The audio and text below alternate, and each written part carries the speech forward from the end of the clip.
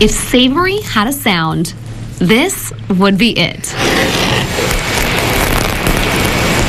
Food is absolutely one of my love languages. I always say baking for me is like a matter of the heart. Sarah Fulton of Flour and Salt Bakehouse, Katie Hill, Bread and Board, and Lane Bone with Lane's Sourdough Co. are making business and bread from scratch. I have an 11-year-old, a 7-year-old, and a 6-year-old. I got started after I had my twins. I've been a stay-at-home mom for 17 years. They're each moms who got started by baking for friends and family. Before I knew it, friends and family were asking if I would make it for their holidays or their get-togethers. And so slowly but surely, it kind of grew into something where I realized I needed to get my license to be able to sell it. It's been fulfilling to have something that I'm the driving force behind and that it feels like I have ownership in it, but I still get to have time with my husband and my kids, and I can still go to the activities, and I can structure the baking around my family life. I love the idea that someone takes my bread home and shares it with their family, and that they spend time together, and that they talk, and that they slow down, and I hope that's what they're doing. Lane Bone got started in late 2023. She was one of the first sourdough cottage bakers in Bakersfield.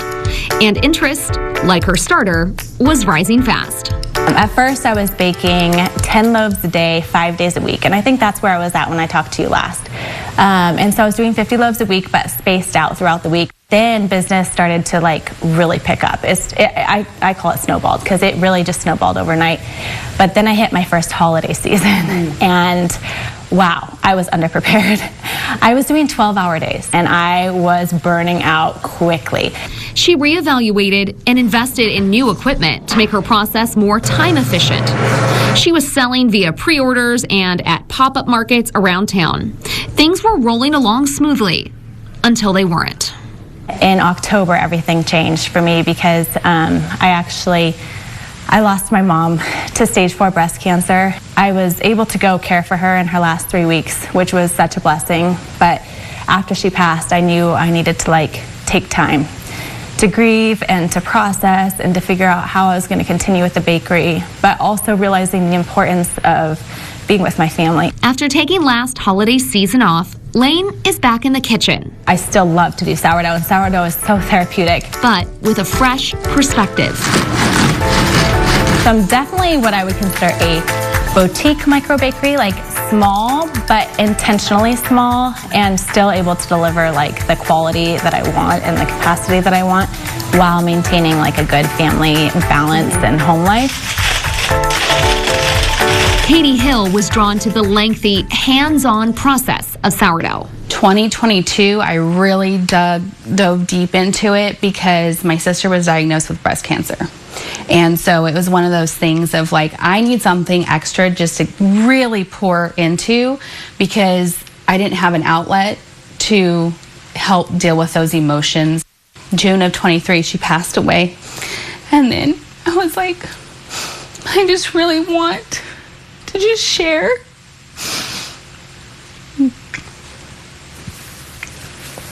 And then October I was pushed, just try.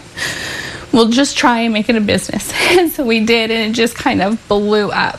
At the beginning of the year, she decided to take a leap and apply to sell her bread at Sully's Markets.